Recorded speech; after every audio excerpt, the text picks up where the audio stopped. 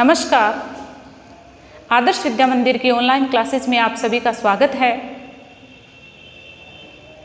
कक्षा 12 के अनिवार्य हिंदी का प्रकरण चल रहा था। काव्यखंड का अध्याय 1 आत्मपरिचय, जो कि हरिवंश राय बच्चन जी के द्वारा रचित है। इस आत्मपरिचय की कविता की हमने 3-4 पद्यांशों की व्याख्या देख ली है, जिसमें बच्चन जी ने प्रेमपूर्ण व्यवहार करने, अपने उत्तरदायित्वों का वहन करने के लिए व्यक्ति को हमेशा सुखी मन से सहर्ष उत्तरदायित्वों का पालन करने की प्रेरणा या सभी को सीख दी है। आगे की श्रृंखला में आज हम बच्चन जी के आत्मपरिचय कविता के अगले पद्यांश की व्याख्या देखेंगे, जिसमें बच्चन जी ने अपने काव्य में यही संदेश दिया है कि व्यक्ति को हमेशा अपने उत्तरदायित्वों का पालन सुखी मन से करना चाहिए, मन से दुखी नहीं होना चाहिए। उन उत्तरदायित्वों का पालन करने के लिए मन में एक उत्साह होना चाहिए, तभी व्यक्ति पूर्ण बन सकता है। प्रेम पूर्ण व्यवहार के कारण यह संसार जो है पूर्ण संसार कहलाता है। यदि संसार में प्रेम नहीं है तो वह अपूर्ण संसार माना जाता है। कवि कहते हैं कि व्यक्ति स्वयं को जान सकता है, लेकिन व्यक्ति संसार को जान सकता है, लेकिन स्वयं को जानना बहुत मुश्किल होता है। स्वयं को जानना बहुत कठिन है।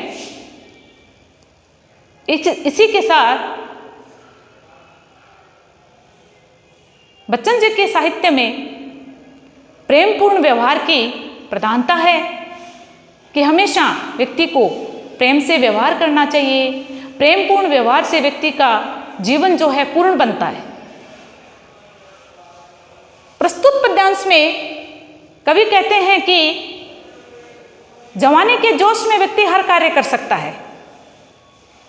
व्यक्ति में अपने यौवन काल का एक उत्साह होना चाहिए। तो कवि कहते हैं कि मेरे अंदर यौवन काल का बहुत उत्साह है कार्य करने का। मेरी युवा अवस्था उत्साह से परिपूर्ण है, लेकिन उसी के साथ मेरे हृदय में कुछ अज्ञात दुख छिपा हुआ है। इसी बात का वर्णन बच्चन जी ने इस पद्यांश में किया है।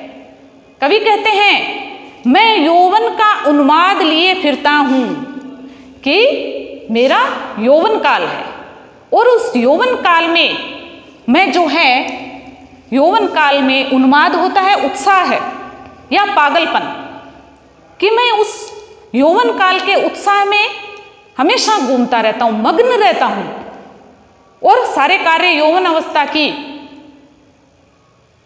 उत्साह में करता रहता हूं। लेकिन उन्मादों में अवसाद लिए फिरता हूं।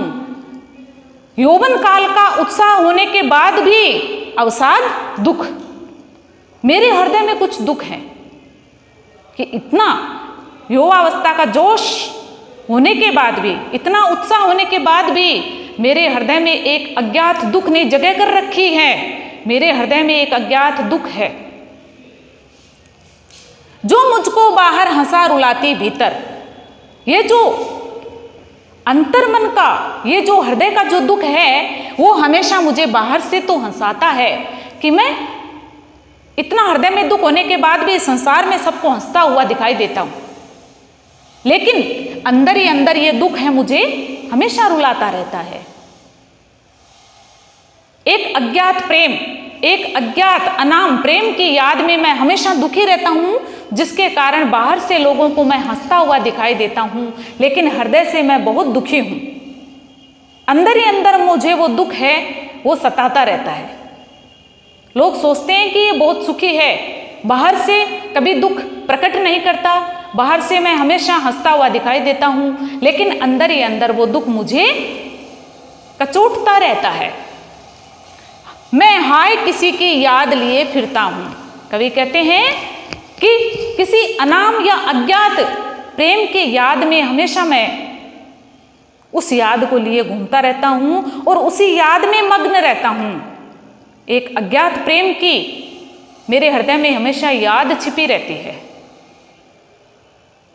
कवि बच्चन जी की पत्नी का असमय निधन हो जाने के कारण वो हृदय से दुखी रहते थे और इसी कारण वो अपने काव्य में कह रहे हैं कि वो अनाम प्रेम, वो अज्ञात प्रेम हमेशा मुझे याद दिलाता रहता है और उसी याद में मैं हमेशा दुखी रहता हूँ।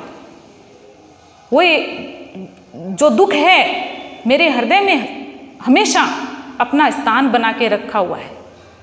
धन्यवाद।